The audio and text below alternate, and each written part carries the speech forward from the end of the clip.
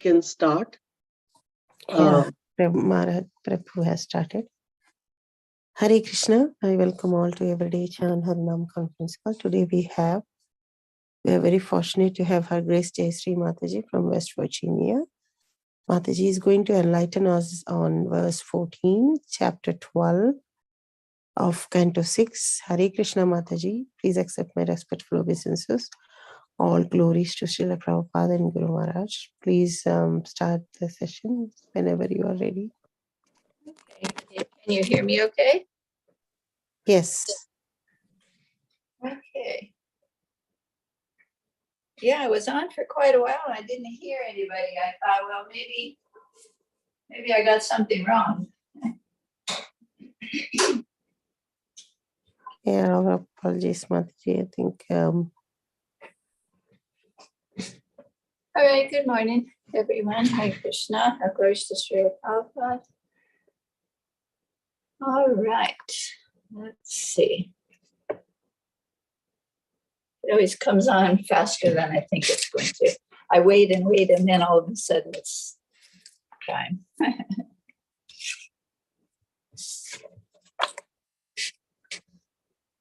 All right, so we are reading from the Srimad Bhagvatam, Canto 6, Chapter 12, text number 14.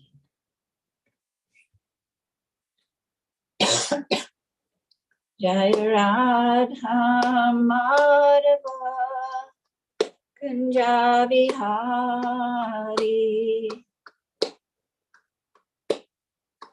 Gopi Janavallabha Girivaradari Yasodanandana Vrajajanaranja Jamuna Tira Vanachari Radha Madhava Kunja Bihari Hare Krishna, Krishna Krishna, Hare Hare, Hare Rama,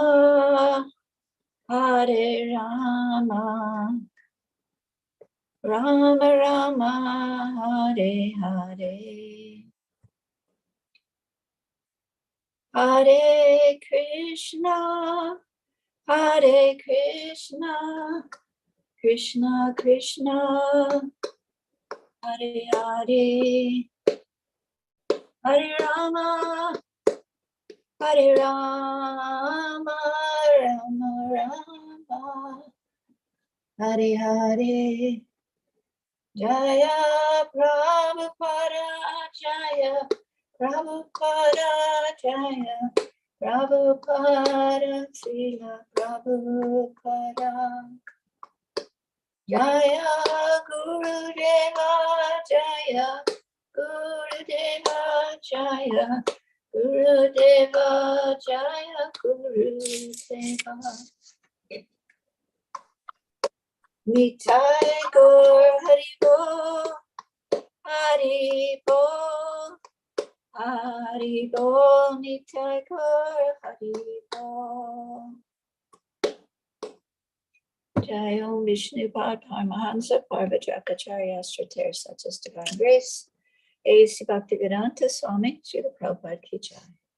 Jai Om Vishnu Pad Paramahansa Parvajakacharya Astra such as Divine Grace. Bhakti Siddhanta Saraswati Thakur Srila Prabhupada Ki Jai. Ananti Kurta Vaishnava Vrinda Ki Jai. Namacharya Srila Haridas Thakur Ki Jai. Prem Sri Kaho Sri Krishna Chaitanya Prabhu Nityananda Sri Advaita Gadadhar Srivas Sri Gaur Bhakta Vrinda Ki Jai. Sri Sri Radha Krishna Gopinath Shamakunda Radha Kunda Giri Govardhan Ki Jai. Vrindavan Dham Ki Jai. Navadvip Dham Ki Jai. Ganga Maya Ki Jai. Jamuna Maya Ki Jai. Bhakti Devi Ki Jai. Srimati Tulsi Devi Ki Jai. Samaveda Bhakta Vrinda Ki Jai. All glories to the assembled devotees. All glories to the assembled devotees. All glories to the assembled devotees. All glories to Sri Guru and Sri Guru. All glories to Srila Prabhupada. All glories to the assembled Vaishnavas. Om Namo Bhagavate Vasudevaya. Om Namo Bhagavate Vasudevaya.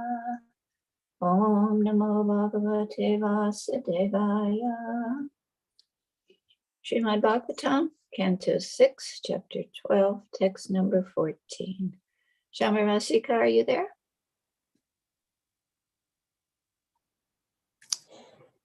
I think Prabhuji is there. Mataji, I want to do the Sanskrit. They'll certainly do it better than me. I can try Mataji. Can I? Okay. Thank you. Tasmad akirti yashasor jayapajayorapi samasyatstuka dukkhabhyam mrityujivatayosthatha. Beautiful. Synonyms. Tasmat, therefore, because of being fully dependent on the pleasure of the Supreme Personality of Godhead. Akriti, of defamation.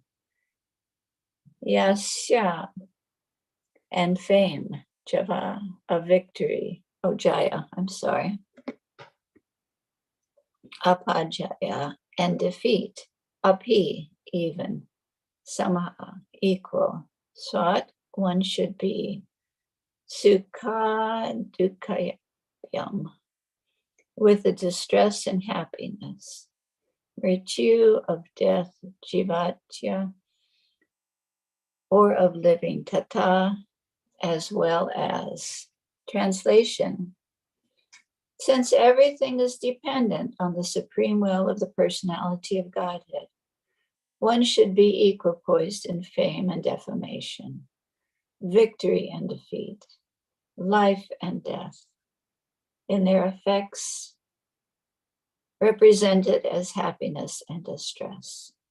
One should maintain oneself in equilibrium without anxiety.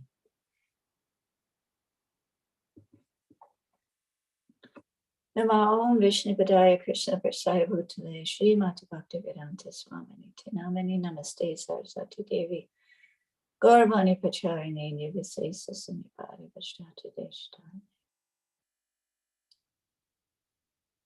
Om Ganantirandasya Gananjana Salakaya Chaksur Militam Yena Tasma Shri Gurave Namaha. We're all born in the darkness of ignorance, but our spiritual master is kindly opening our eyes with the torchlight of knowledge. So let us offer our respectful obeisances unto the lotus feet of such a spiritual master. So this is Vritasura, and he's a demon, but he's actually a devotee.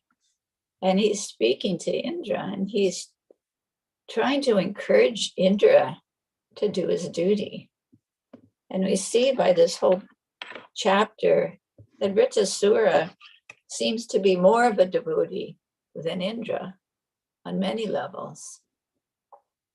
So Vritasura is telling him what to do, basically how to think. Since everything is dependent on the supreme will of the personality of Godhead, you should be equipoised. In fame and defamation, he's trying to get him to fight. It's his duty to fight. But Indra is hesitating. Victory and defeat. In other words, if Indra's victorious, fine. If he's not, then he should be equipoised in life and death. And he says that one should maintain oneself in equilibrium without anxiety.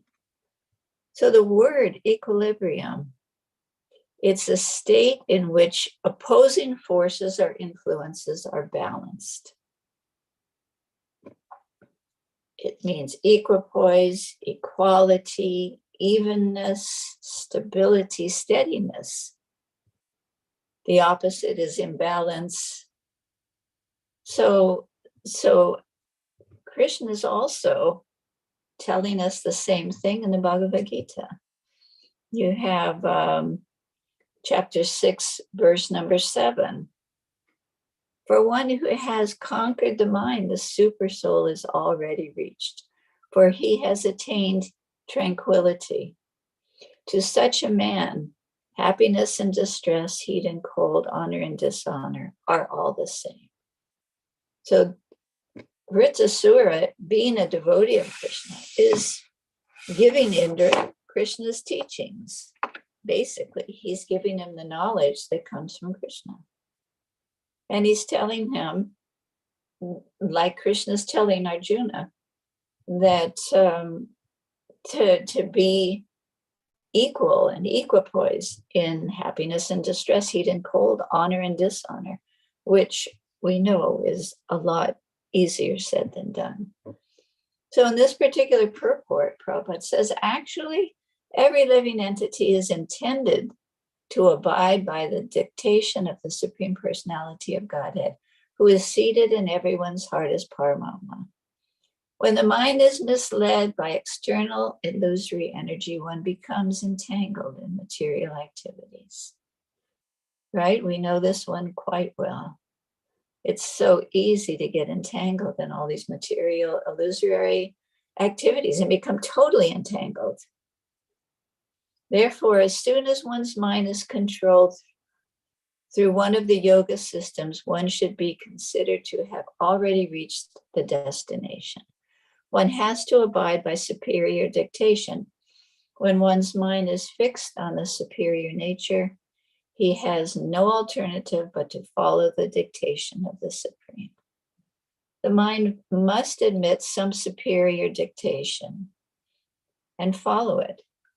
The effect of controlling the mind is that one automatically follows the dictation of the Paramatma, or the Supersoul, because this transcendental position is at once achieved by one who is Krishna conscious. The devotee of the Lord is unaffected by the duality of material existence, namely distress and happiness, cold and heat. This state is practical samadhi, or absorption in the Supreme.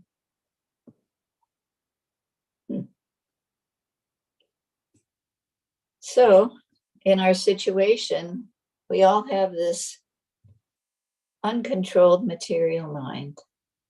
That's like the picture in the Bhagavad Gita. You see the soul and the chariot, and there's all these horses just running.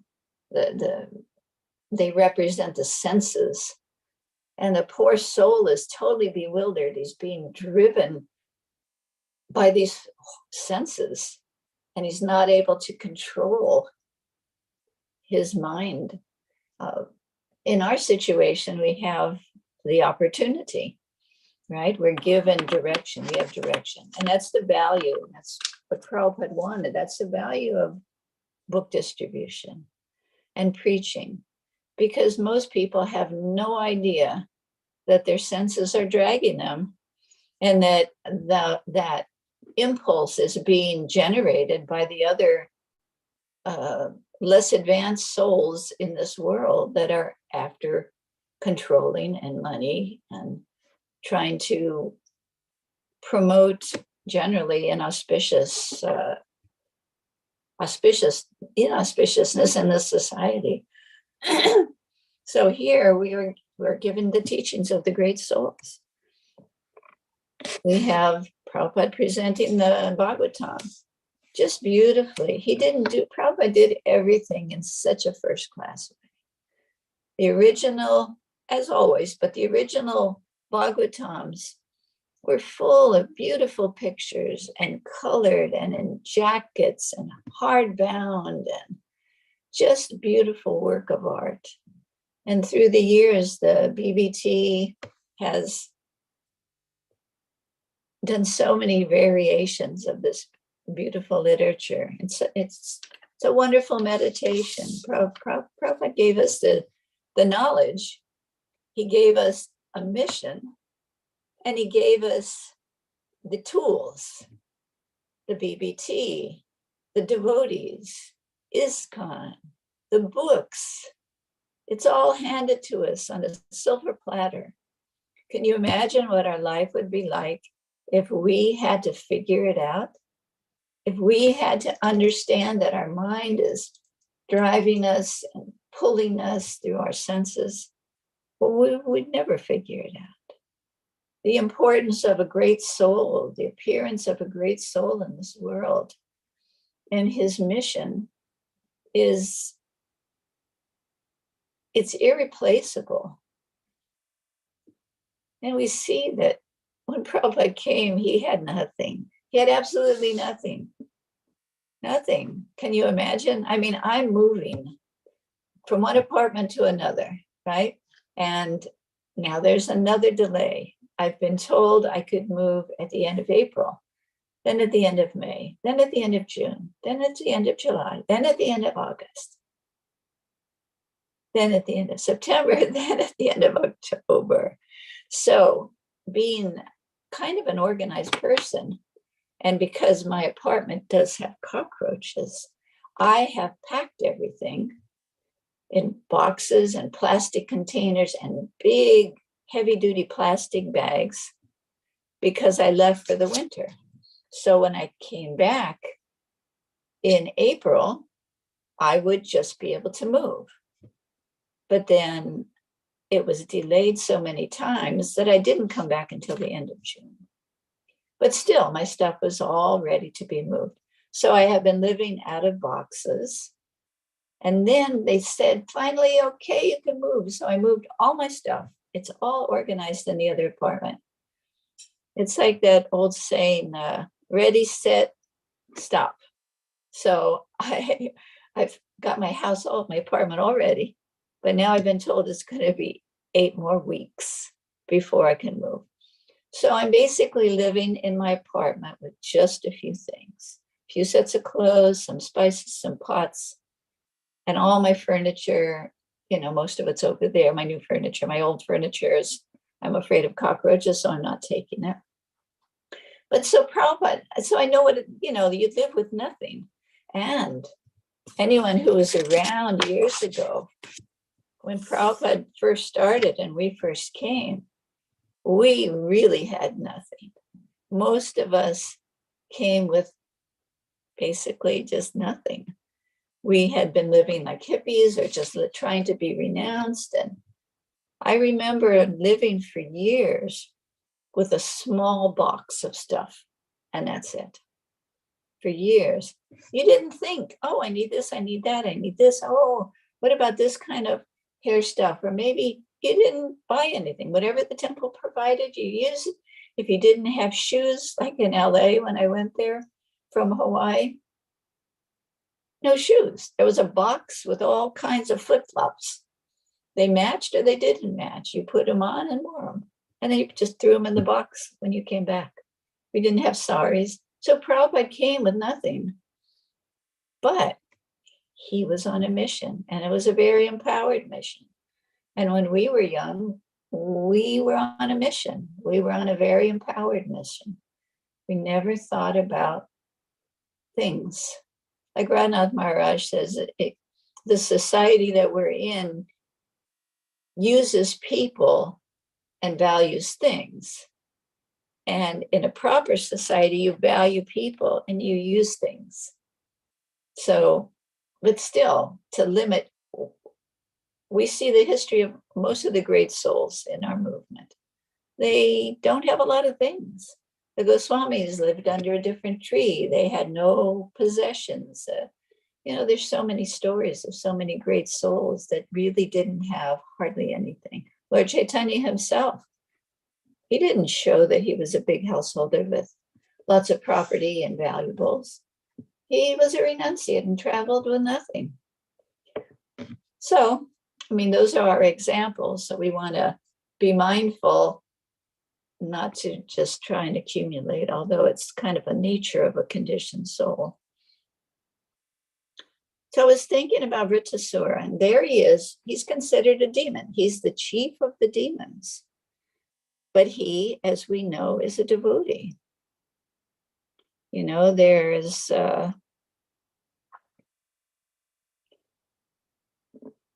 all this knowledge he's spouting out at this particular point in the Bhagvatam. And he's absolutely right. So I was looking at the divine and the demoniac nature in the Bhagavad Gita. Krishna is explaining the qualities of a divine and demoniac mentality. Those who are demoniac do not know what is to be done and what is not to be done. Neither cleanliness, nor proper behavior, nor truth is found in them. And we actually see that in the society. People don't know what is to be done and what is not to be done. They have no focal point. And so the society is running like a body without a head, encouraging the youth for intimate relationships when they're very young. A boyfriend at like 10 or 12, or, you see it in their cartoons even. Anyway, they just don't know what's best. So the society that they're building, instead of it prospering in a good way, I mean, we're so used to the society the way it is, it's kind of the norm for us. But is it really intelligent to have big grocery stores with all kinds of old food that has very little, as they say in Ayurveda, prana or ojas, or health or life? Huge grocery stores full of old processed foods. And what happens? People get diseases and obesity because of all the chemicals and the improper combinations of food and all the sugars and cheap old stuff. Now, is that actually a better society than fresh markets where people have gotten fresh grains and ground them into flour, or organic foods that is fresh picked? Is, it's like, here's a society without a brain, without a head. And Krishna's saying this is a demoniac nature. It's not what's to be done. Water, our supply of water is, I was talking to my Ayurvedic doctor the other day, and she was talking about water. She said the water that has chlorine and fluoride in it is dead. It's dead water. So people are taking dead water and filtering it. She said, but it doesn't bring back the life. She said, life is in water that's from a natural source, a spring that hasn't been contaminated, or a glacier, or, these pure waters. And even then, instead of having local, like we have local springs here in New Vrindavan, but none of them are cultivated and purified. So, I mean, I know some people here drink from the springs, but I can't, because if there's any bacteria, I'll get it. I just, I've had a lot of bacterias and I don't need more. But there's a way, if the society had a head and knew what was really real, they would be culturing all the springs that are here, and we could have fresh spring water from West Virginia that's purified. But no, we go to the store and we buy filtered chlorine fluoride water that's dead, because people don't know. So to educate ourselves and to develop a divine nature, it says there's no cleanliness. Krishna says it's neither cleanliness nor proper behavior nor truth is found in them. So I was just listening to a story, and I'm going to elaborate on that a little bit more later. But it was by Ravi Gupta. I think his name is Radha Raman. He's one of the brothers that are professors that were homeschooled by their mother in Idaho. And they're brilliant. Both of them, Radhika Raman and Gopal Hari, are brilliant people. They're materially situated very well, and they're very spiritually situated. He was talking at the GBC Temple President's meeting in Houston recently. I listened to the class because I heard it was very good. And he was talking about Magrari. Right now, Magrari was a demoniac, as far as I'm concerned, a demoniac person. Didn't know what was to be done or what wasn't to be done. Gave a lot of pain to all these little living entities, all these animals, killed them half. And Narada was walking on the path. And he saw these animals half killed. And he was very disturbed. And he went off the path that the sages walk on and followed another way and found Magrari. But because of Narada Muni, who he was in this class, Hanukkah Raman says that Narada Muni was so empowered that even when he was in the presence of Hiranyakasipu and Kamsa, they had great respect for him. So here he walks up to Magrari, who is dirty, killing animals half, taking pleasure in it, and for no real reason, killing them half just because that's what he learned. But he said because of who Narada Muni was, Magrari all of a sudden became very respectful. He knew that Narada, he said to him, he said, you have come off the path that's followed by all the sages, and you've come here and you've disrupted my hunting by scaring away the animals. But he was so respectful in the way he said it, just because of who Narada Muni was. If it would have been somebody else, he would have said, hey, who do you think you are coming here, disturbing my hunting? But he was touched by the potency and the nature of Narada Muni.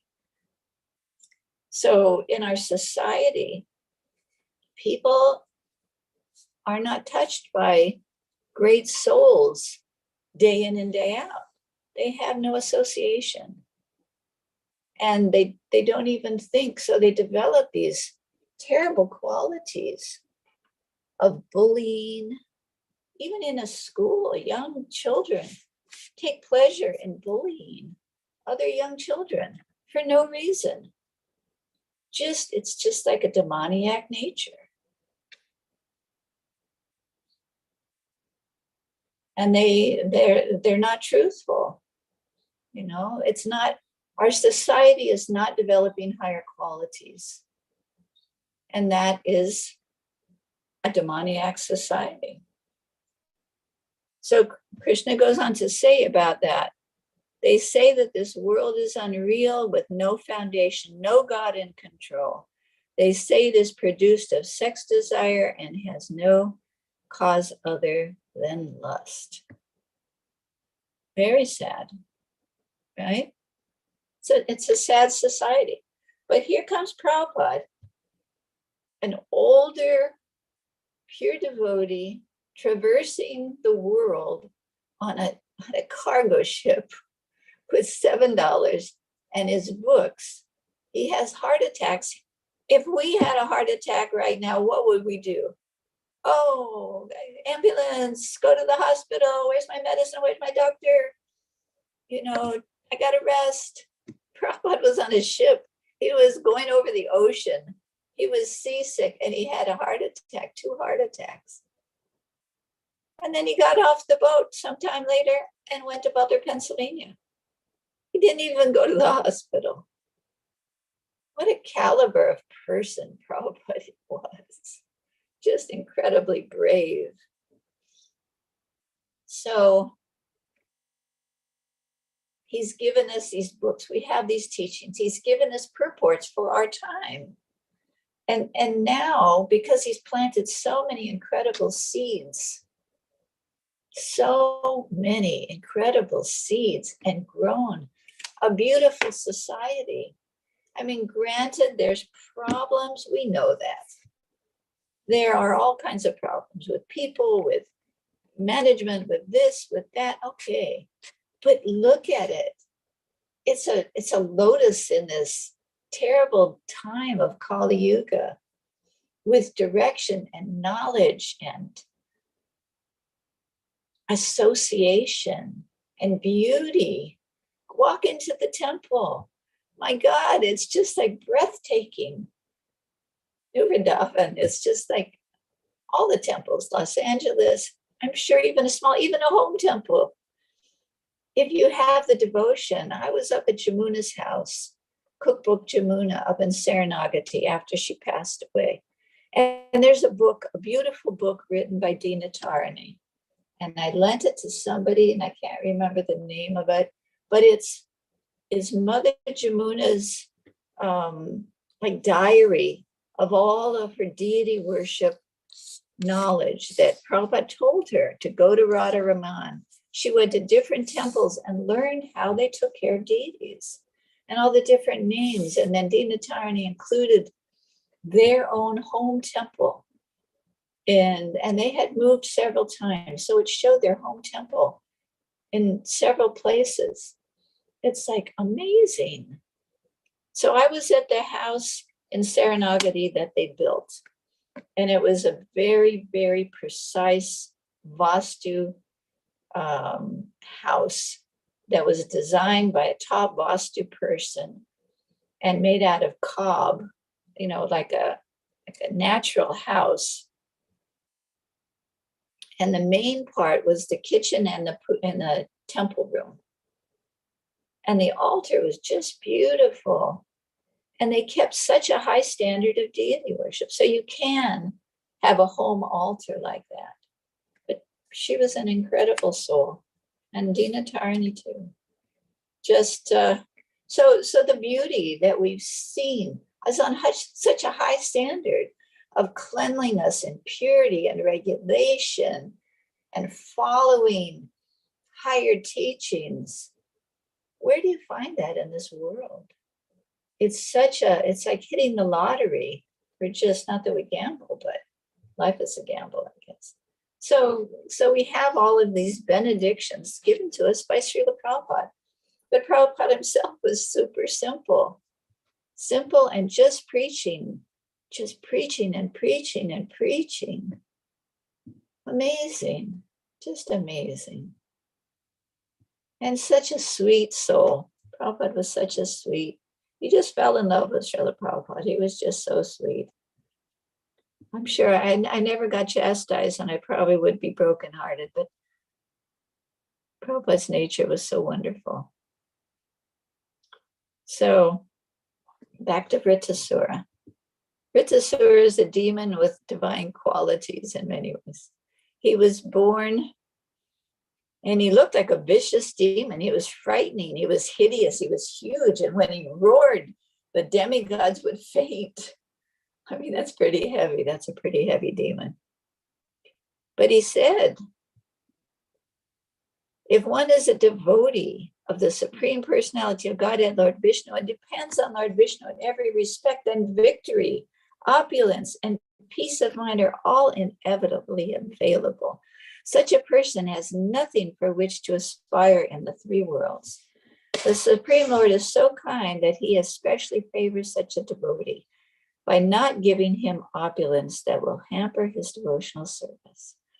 Therefore, I wish to give up everything for the service of the Lord. I wish always to chant the glories of the Lord and engage in his service. Let me become unattached to my worldly family and make friendship with the devotees of the Lord. I do not desire to be promoted to the higher planetary systems, even to Dhruvaloka or Brahmaloka, nor do I desire an unconquerable position within this world. I have no need for such things. So this is the words of Vritasura. He knows where he wants to go. He wants to go back to God. He wants to serve the Lord. Srila Prabhupada, when he first established the League of Devotees, and this is something that he wrote in 1956, he describes the qualities that he wished to invoke in the members of his new society, the League of Devotees. Now, this is, of course, before he came here. And this was his perspectives or something. To invoke the qualities of goodness, particularly sattva guna, in every member of the League, individually, by the process of spiritual initiation, or diksha, by establishing him in the status of a qualified brahmana. on the basis of truthfulness, forgiveness, equality, tolerance, education, purity, knowledge, specific and general, and faith in the transcendental service of Godhead.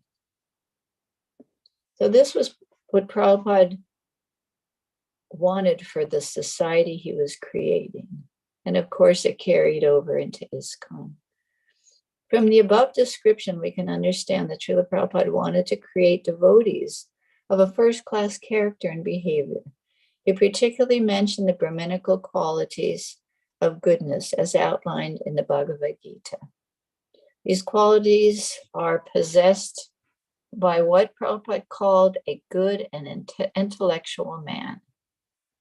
In his purport to Srimad Bhagvatam 5.18.12, Srila Prabhupada lists the 26 qualities of a devotee in the following manner.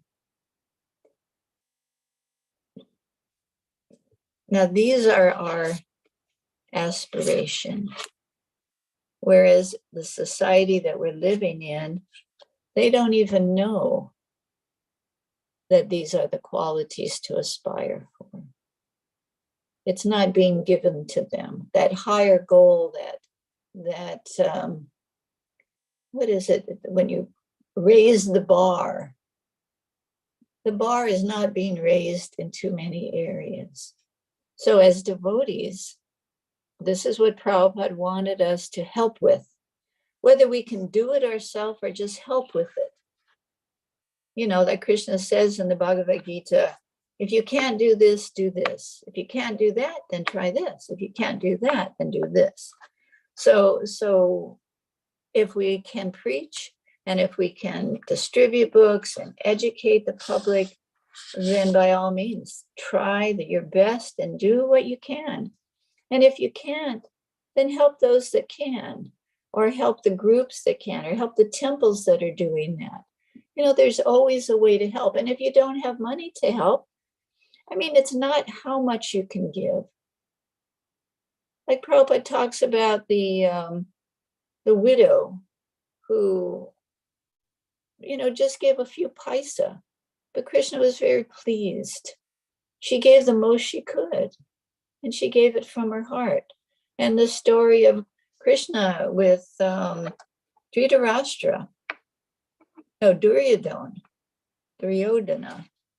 he's like made this big feast and made all these arrangements, and he's trying to allure Krishna into being on his side, and Krishna just like doesn't even go in.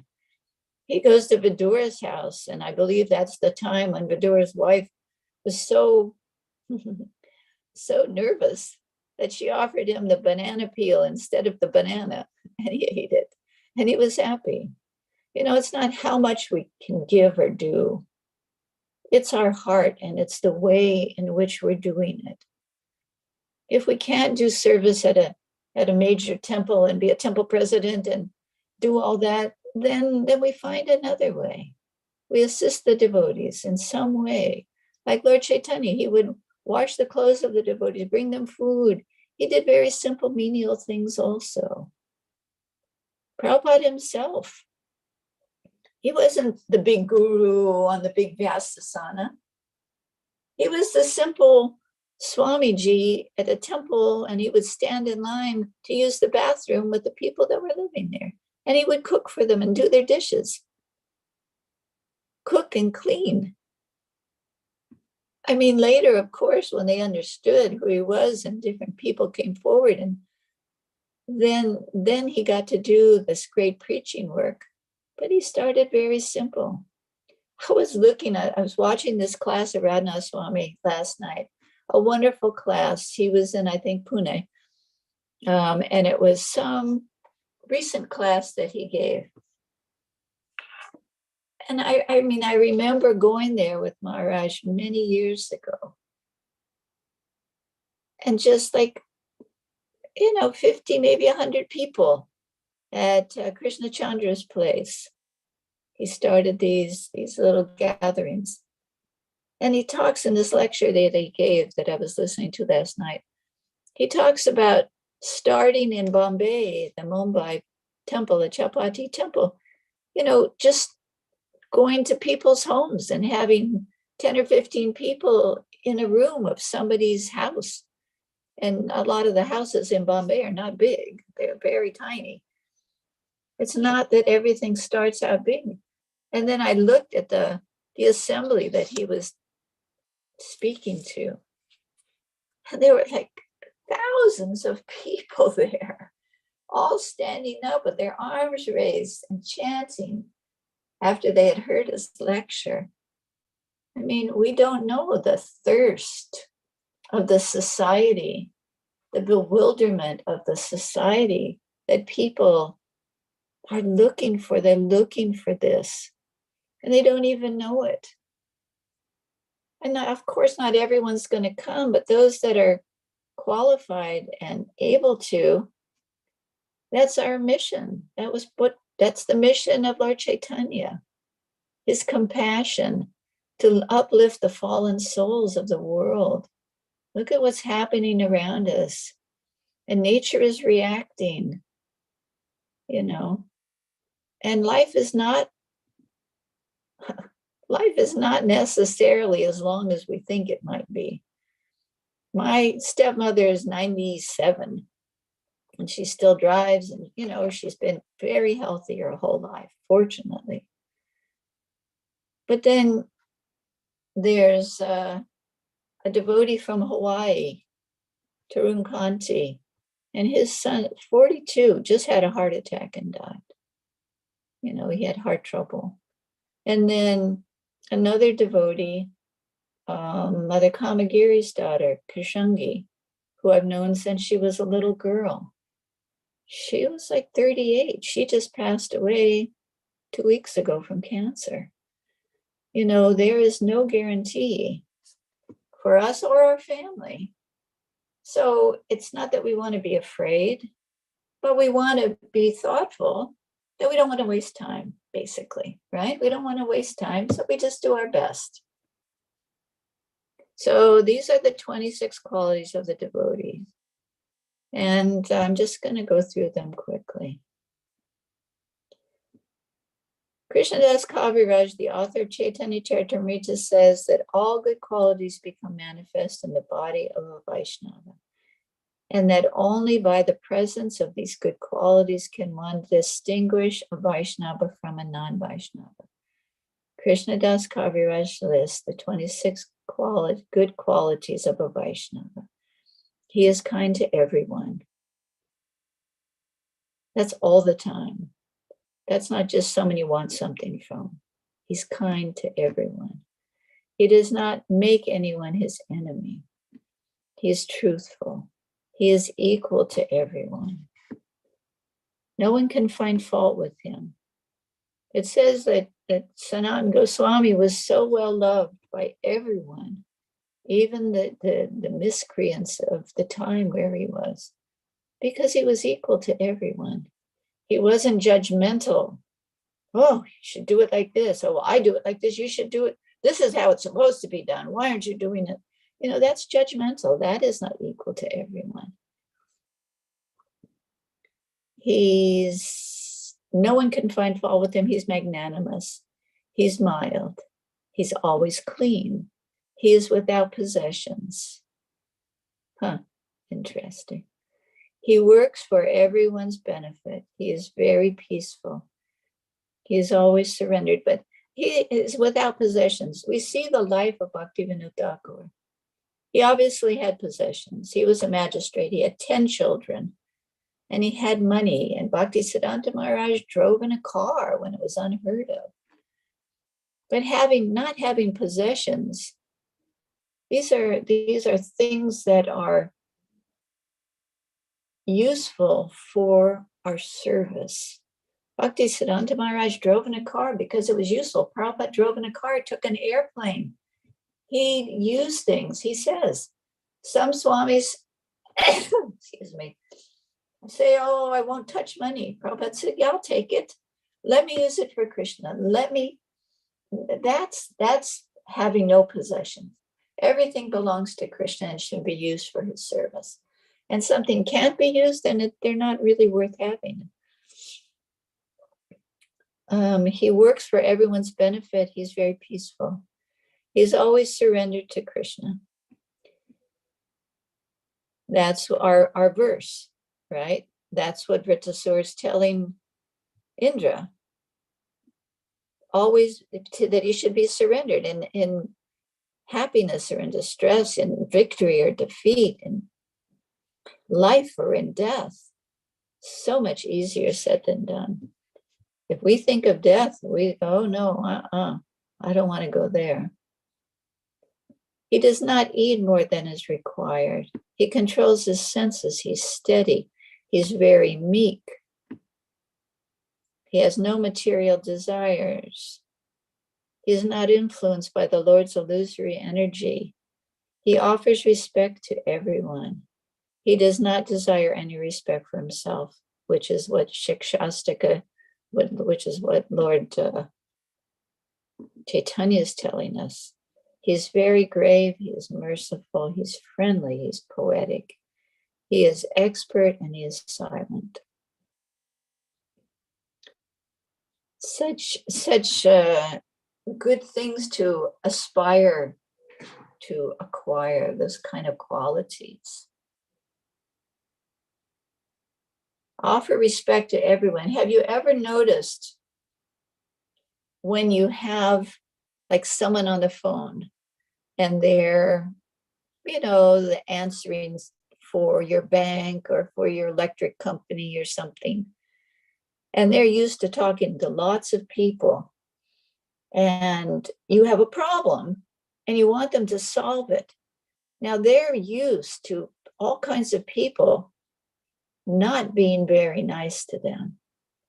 Well, why did you guys do this? You shouldn't have done. You charged me this and you said that, and so they're always, you can tell they're in anxiety. Oh, just be a second. I'm just looking this up. I mean, it's like it's been, or it's just give me a minute. It's like it's been 2 seconds and they're already apologizing because they know the people they're dealing with are very impatient and very rude. And so if you say to them, well, wait a minute, I don't want you to rush. If you're respectful to them, don't rush. We rush too much. Take your time. I'm fine. Then they take a deep breath and go, oh, thank you. It's like you're respectful to them and they're not used to that. I mean, I'm sure some people are. But to give people respect makes them respond completely different. It makes them step up and like in the story of Magrari. Here's Narda, he's come and he's disturbed all the animals. But Narda approaches him in a very humble, respectful way. And so he has that same mentality. He becomes very respectful to Narda Muni. And so the exchange becomes very nice.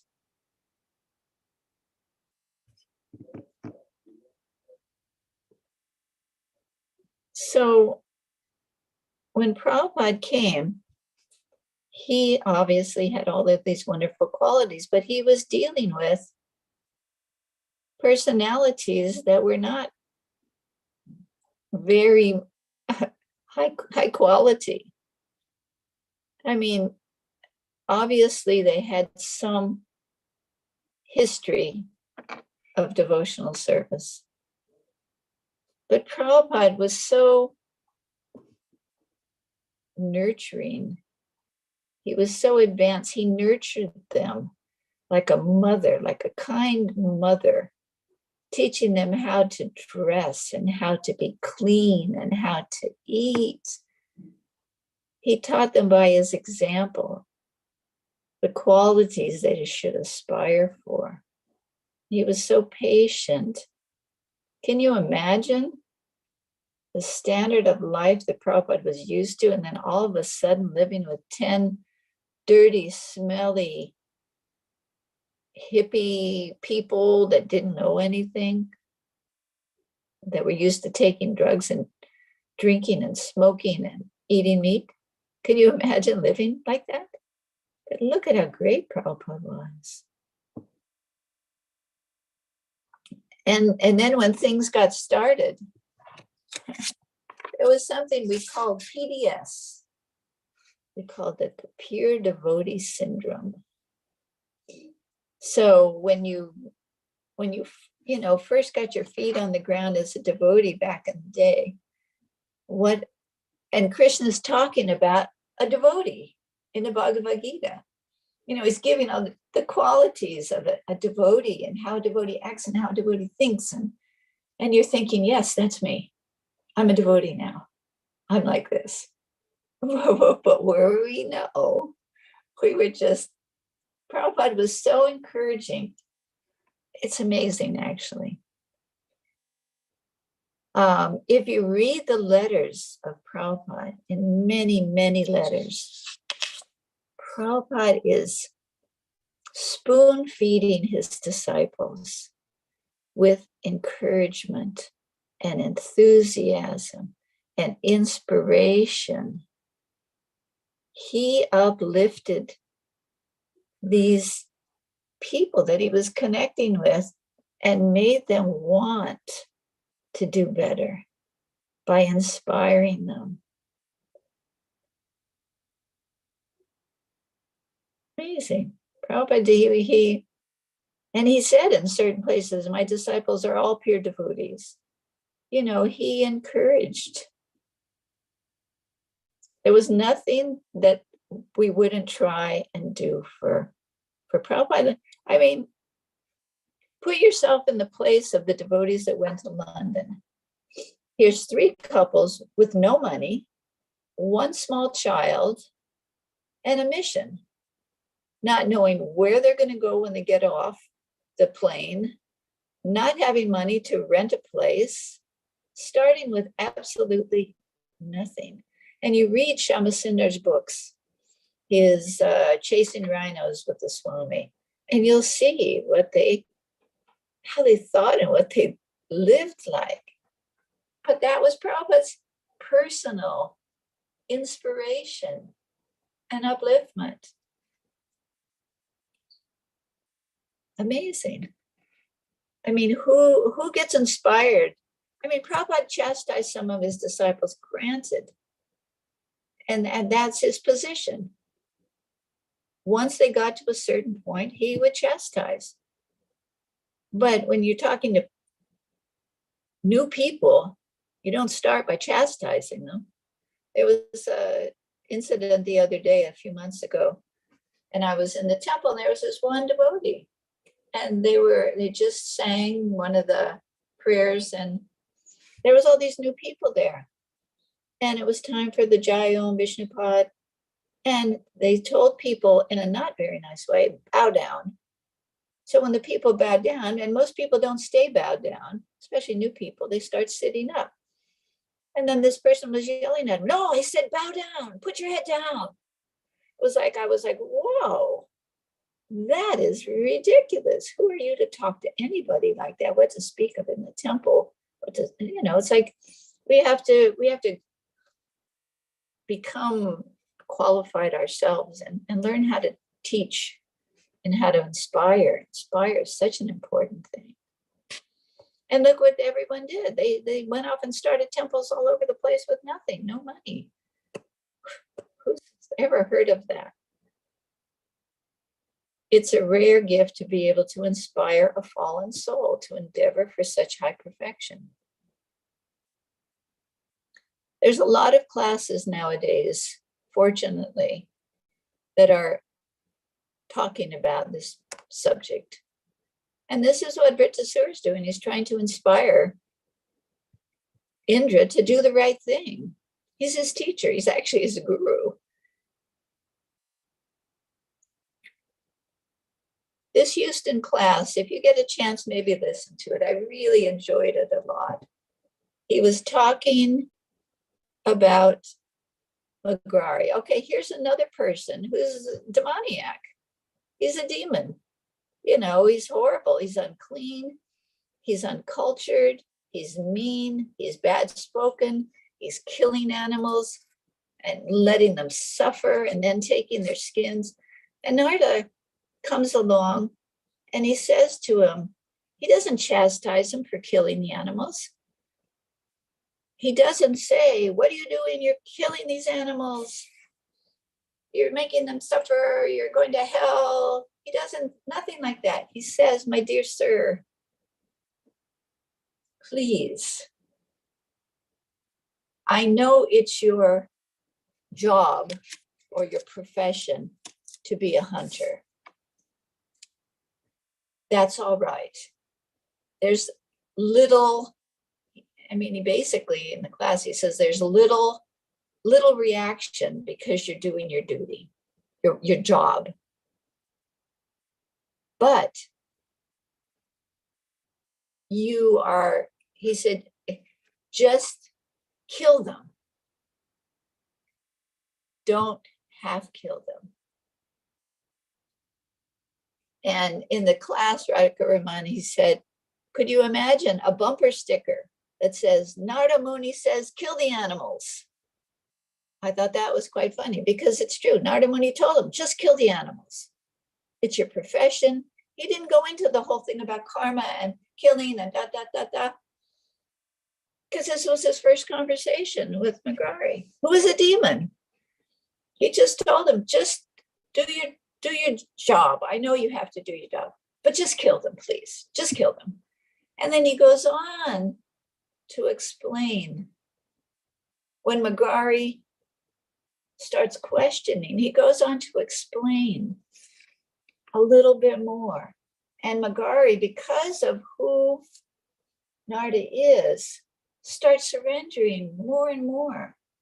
And then he finally asks Narada, after some time, okay, please instruct me, give me, what do I do then? And then Narada has his confidence. He trusts Narada. He's surrendered enough to Narada for Narada to say, break your bow.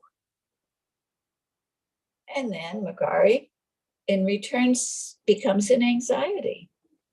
What do I do then? How do I feed my family?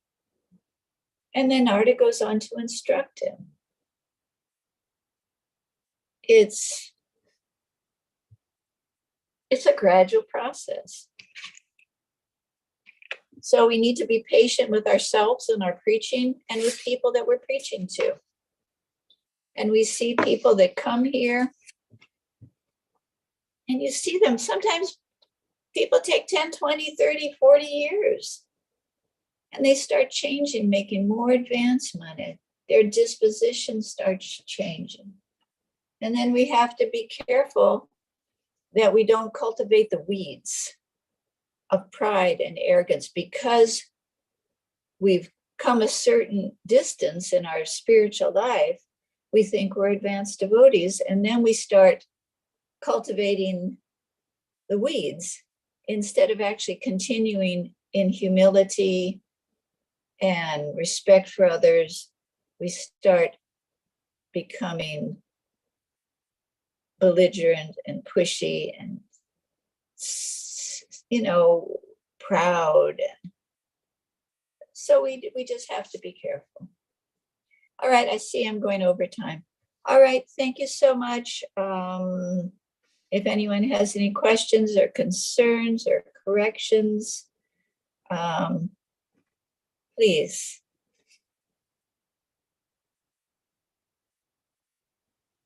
Anyone there? Did I put you all to sleep? No, Mataji, it was so wonderful.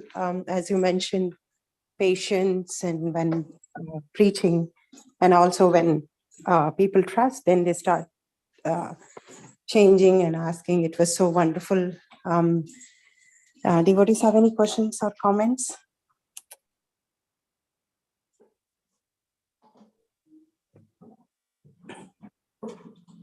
Hare Krishna, Mataji, Dandavat Pranam. All grace to Srila Prabhupada. It was such a class. And thank you for your kind association. Like you were speaking about how Prabhupada was not judgmental, and he was always surrendered to Krishna, and he did all those things for the fallen souls who are into all kinds of sinful activities. Yeah, that's how he could bring them up, take deliver them from this fallen condition. So I mean, I have a question regarding about being judgmental. So internally, we have to be discriminate. We have to discriminate on the gunas, right? So, but externally, it may not be visible. But supposing you have to, we have to counsel, or we have to advise somebody. Of course, we have to discriminate what mode of material nature he or she is in, and accordingly formulate the prescription. So and that way judgmental is okay, right, Mataji? Yeah, you have to discern right from wrong. And even if you see somebody who's not doing something right, like this person I was talking about in the temple. I mean, okay, the people weren't bowing their head down, but it's not an offense. It's not like if they were even having their back to the deities. People come in New Vrindavan constantly taking photographs with their back, standing up with their back to the deities. It's offensive. And if you tell them nicely, then they'll stop. But I mean, we've had signs, and you just give up because people, it's a small thing. It's a small thing. And if someone's running around telling everybody constantly, that's not going to happen, first of all. And some people don't know how to tell others how to do something like that. You have to kind of, what is it they say? Pick your battles.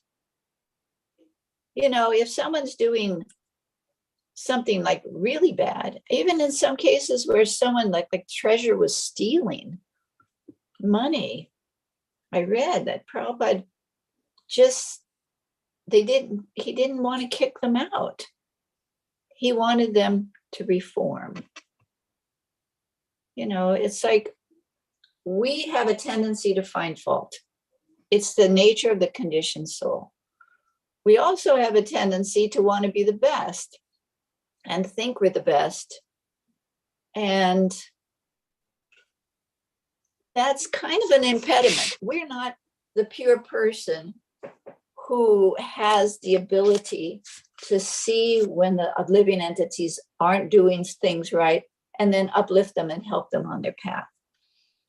We have all these bad tendencies ourselves to find fault, to judge, to think we're better. Well, actually, I've been here, they're doing this for this many years, and I'm like this, and I'm like that, and I'm initiated by this person, and I'm, it's all about us. But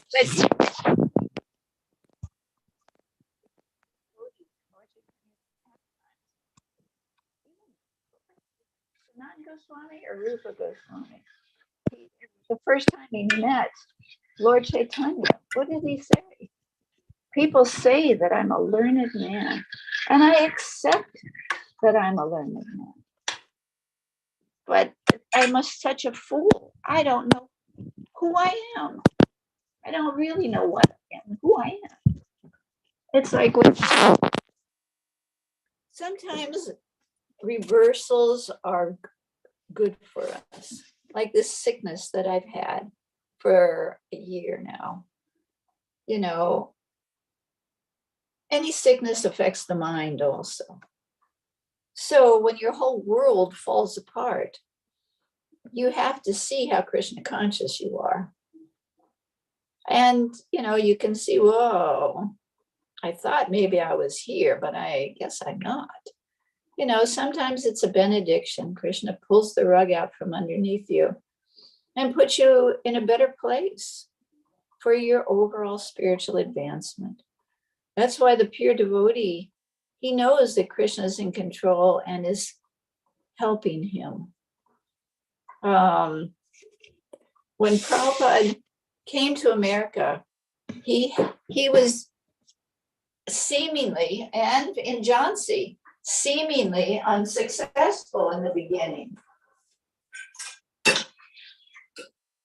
But you don't hear, Prabhupada didn't say, okay, well, this is a bunch of bogus. Okay, I shouldn't have come here. Krishna, you didn't do what I wanted. I wasn't successful. It's your fault. Prabhupada just like, well, should I go back to India? Well, let me try some more. Let me write letters to my God brothers and write letters to people. Let me see if I can get someone to help me. The pure devotee has such surrender to Krishna that there's a story Radhanath Maharaj told in one of the lectures I just listened to. And there was someone who was on this ship, and it was out to sea, and there was all these people on it, and it looked like the ship was going to sink and everyone was going to die. And there was one little boy who was there with his mother, and everyone else was running around crying and screaming and everything, but this little boy was sitting very peacefully. And this person went up to them and said, how aren't you afraid? He said, no, my mother's here. He was so used to his mother being his protection that he felt completely peaceful because his mother was there. So the pure devotee is like that with Krishna. In the most traumatic turmoil, can you imagine having a heart attack on a ship that's plying over the ocean and you've been seasick for weeks? And nobody's there, and you have no way to go to a doctor. Can you imagine what most people would be freaking out, totally freaking out? But the pure devotee surrendered. Okay, Krishna, make me a success. Isn't that what Prabhupada says in his prayers? Only if you give them the ability will they be able to understand this message. I'm your puppet. If you want me to be successful, then you make me dance. And if not, then that's okay.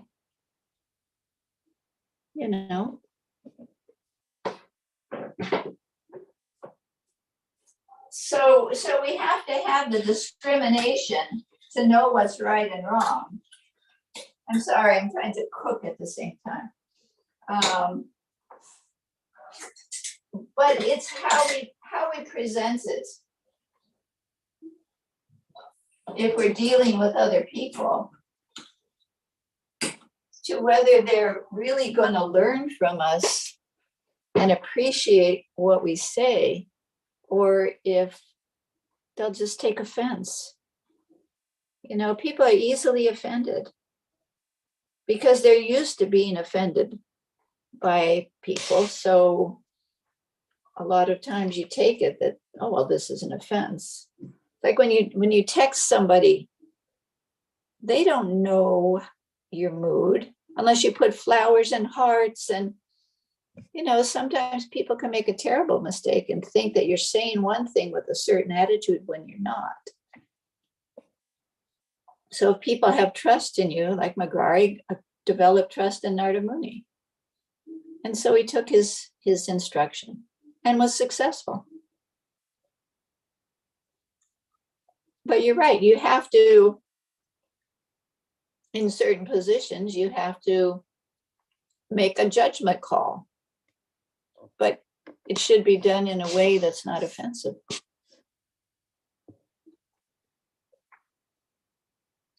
Hope that answered it. Yes, Mataji, thank you. Hare Krishna. And what you said that that girl who had faith in in her mother, that way, like I remember that verse, Pratigyata Govinda Name Bhakta Pranasati iti Samsmita. So the devotee is saying, oh Govinda, you have promise that your devotee doesn't perish. Thinking again and again, thinking about that, I get strength. So that is a very nice. Yes, it came to my mind. I wanted to share. It's true. Thank you very much. There's so many wonderful verses. I really hesitate to give class. I mean, years ago, I love to give class just because it makes me read. But years ago, there weren't so many great class givers. And now there are so many amazing, knowledgeable, qualified class givers that I feel, what is it? It's just like a fig. You know, I feel like I shouldn't even be giving classes because I'm not like that at all. I'm not qualified like that. Prabhupada told me to preach. He said, you've understood this philosophy, now preach Krishna consciousness to the suffering humanity. But I think my place is like out on the street or up at the palace with new people, and just to introduce them. These classes, some of these classes are just amazing. So, I mean, I hesitate to even agree to give a class for some reason. I just don't feel that I should. Better if they hear from someone who knows more and knows the verses when Krishna says and how it works. And I'm not that person.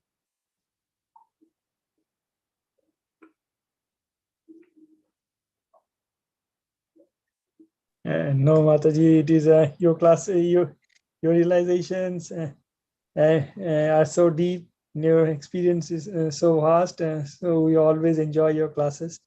And please come and continue to inspire us and purify us. Your classes are very, very welcome.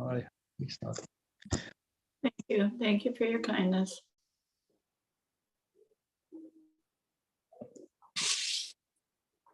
Okay. Hare Krishna Mataji, Madana Pranam to you and all the devotees on the call. Srila Prabhupada ki jai, Guru Maharaj ki jai. Thank you so Hare much. So wonderful class. Like initially nobody was there. Now at least we have some participants who joined because they want to hear your lovely class. So yeah, initially there are a few only, but thank you so much, Mataji, for it seems that you very practical class, and you just share so many practical experiences which I hope they can stick in my mind so it can be helpful in our daily life too. Otherwise we have to kind of walk the shastras. At the same time we also have to hear and make sure that we remember all these precious things spoken, because we never know when we might have to apply it in our life, because it's all part of Bhagavatam study. So thank you so much, Mataji, for association, and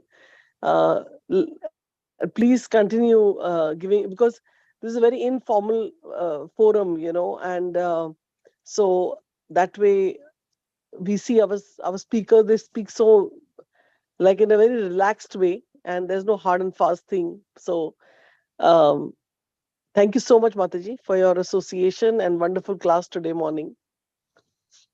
Thank you for always continuing to invite me. I do appreciate it. Thank you, Mataji. And I like the part you said in the beginning about, Vratasura is like a devotee, and Indra being a demigod and, also a devotee is not so much of a devotee, because the other one is preaching the message to him that you fight. Yeah. So Bhagavatam can come up with anything. It's even telling us that, anyone who's like a, like not a devotee in the sense, but if he's preaching about Krishna, then he's a devotee. And of course, we always have story of Prahlad Maharaj, who's coming from a demon family, but he's one of the exalted devotees, Mahajan. So, and for me, like this part of Bhagavatam is first time I'm reading. So it's very, very, it's nice to hear and know, like sometimes I got so confused in the beginning when I was hearing this as it was going on. But then I realized that, there's a deep meaning which Srila Prabhupada is conveying to us. how important it is for us to preach and, to be at the standard of Vratasura, like the way he is. And of course, about Indra, we have heard so many times that one time in his life, he became a pig. And then, the Govardhan Leela, how he was, got angry. So all these propensities he has. But Krishna is so kind that he always forgave him. And one time, I think he wanted to also leave his post when he asked for forgiveness during the, Govardhan Leela. But Krishna said, no, it's okay. Krishna understood that. Now I know that you have understood. You become a humble person now, and you can continue with your, So in our life also, devotees are also like that. Sometimes we commit mistakes, we ask for forgiveness, and then they forgive us, and then we continue. So, that pride, anger, which Indra had, we also carry with us. We make mistakes, but devotees are very kind to, forgive us and accept us. So all this is really real. It happens, and we just have to accept it. Yeah. Thank you, Mataji. Thank you so much. Once again, Hare Krishna. Thank you for your realizations. They're always nice. Well, but Vritasura was Chitraketu in his last life, correct? Yes, Mataji. Chitraketu, he was like the one who, one king with a couple of wives, and then, was killed, right? And then when he again was revived, poisoned. And then he was flying over and saw Lord Shiva and Parvati and made a comment that was meant very mildly and respectfully, but taken in a different way. And Parvati cursed him to become a demon. I believe that's the story. So, I mean, Chitraketu was not a normal demon. He was actually a devotee who became a demon by the curse. It's kind of complicated. Anyway, as I say, I'm not the Bhagavatam scholar, but it's interesting. Yes, Mataji, and it's amazing how, he also went through this situation of, being killed because of enviousness. And then again, by the mercy of the Guru and sadhus, the king requested him. And I think before the king was not able to have a child. So because we recently heard the story on the Sunday love feast at a temple, and the sadhu said, well, this boy will be a source of happiness and distress. Right. But the king didn't care. He says, no, it's okay. I'm only looking for happiness. But constantly he was like source of distress more than happiness, because he passed away, and then he was killed. And then after that, when he came to life, he's asking him, from which life are you a father? So the father was so amazed that, he was so detached. So definitely he was a special soul, and the same person is here also, giving enlightening Indra. Yeah, thank you for mentioning that, Mataji. We have to, since our Hare Krishna movement, reminds us again and again about the power of reincarnation. And and that really lightens us up, because we ourselves are in a situation where we feel, of a child situation or home or a husband or something comes up, and we have to understand that this situation is there because of our past. We cannot blame and point any fingers at anyone. And whenever I'm like pointing any mistake, I always tell myself that this pointing business is only there who are in the material world. We have to understand we cannot point a finger to anyone. We have to only point to ourselves only. Because we have gone through a certain set of different lives in our previous life, and because of that we are facing whatever we are facing. So it's best is to catch the lotus feet of the Lord, continue the practice of bhakti what Srila Prabhupada has given us, and get out of here. And so be that should be our equipoised. Be equipoised. That's what the verse says. In happiness and distress, whatever comes our way. Yes. Actually, when in 1981, when my last child was born, I had a 3.5-year-old daughter. And probably most of you weren't around at that time. But she actually drowned in the swimming pool in Detroit on Prabhupada's appearance day. Oh, okay, Mataji. So sad to hear that. Okay. And the thing that saved me was the knowledge from the Bhagavad Gita. There's certain things that happen in the life, and Krishna's puts us in a different spot. Krishna's knowledge puts us in a different spot. As the individual soul continually passes in this body from birth to youth to old age, the soul similarly passes onto another body at the time of death.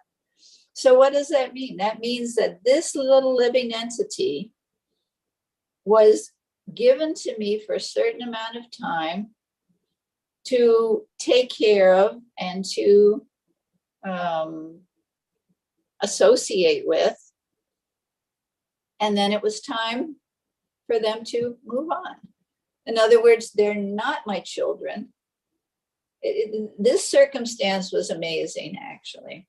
There was several times before that incident happened that Krishna put me in a situation where she was in danger. And at that time, I had to realize that she was not mine, that she was Krishna's living entity. She was under his control.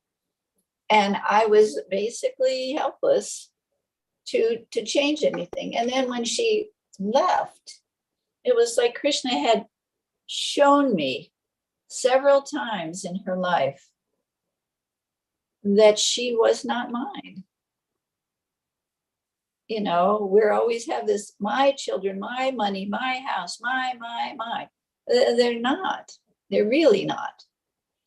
And when this incident would happen, and it never happened with any of my other kids. When she was born, she was early, 2.5 months early. And they told me, my doctor told me, she is not going to live. He said, don't be attached. I was in the hospital.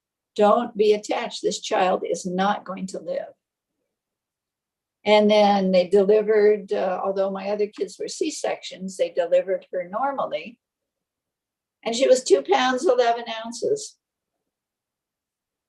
And she had a terrible infection in her lungs.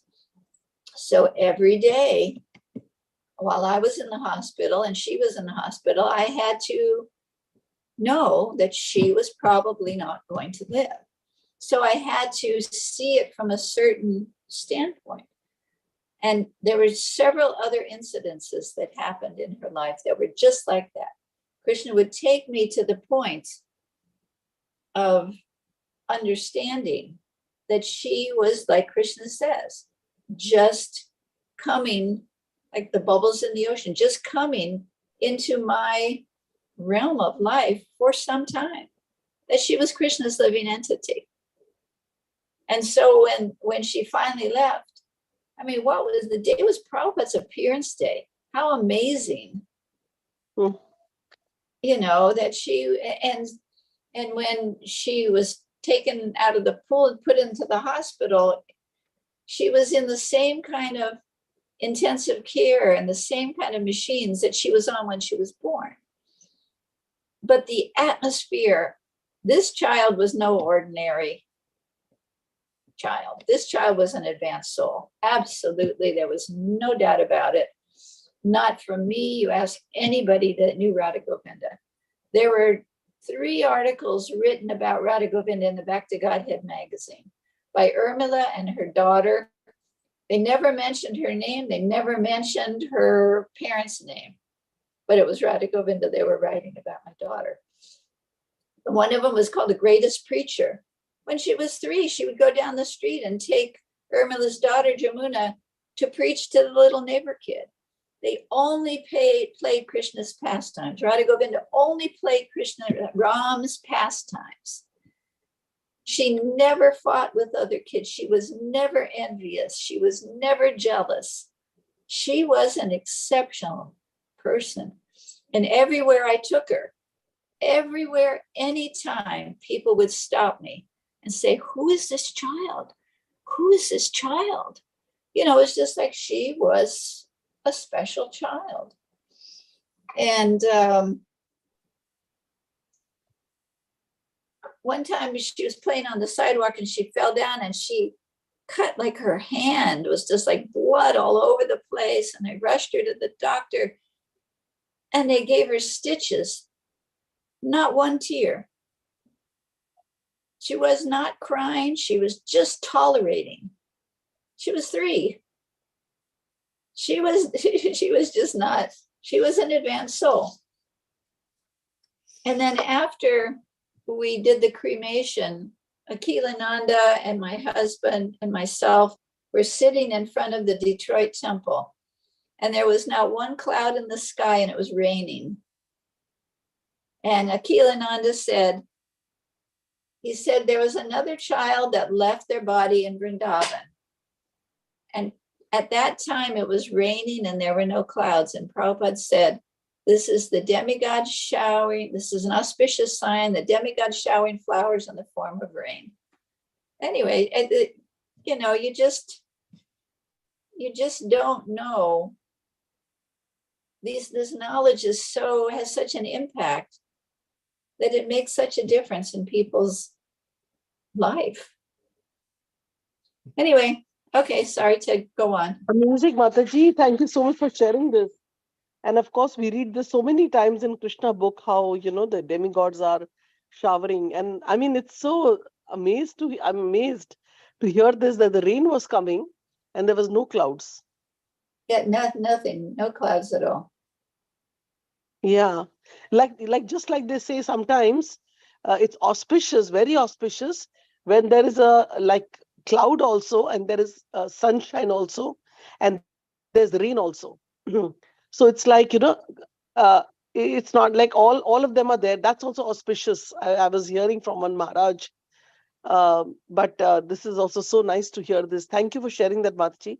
And definitely, you know, it must be very hard for you because, you know, mothers have attachment, but at the same time, these books gave you the strength, and you knew that, you know, like, I really loved hearing this because, you know, I know that whenever I get attached, I have 2 daughters. When I get attached to them, and then there's reciprocation is not there in a similar way, then it's painful to the heart. So it's good to be not attached and think that one has to do one's duty. Of course, give them love and affection, but at the same time, we have to understand that they are actually Krishna's children. So that insight I got from this, what you shared today, you know. Um, yeah. Thank you so much, Mataji, for sharing this, because our attachments always lead to pain. And we have to, yeah. All right, everyone, thank you so much for your association. Thank you so much, Mataji. Pay our obeisances to all the devotees.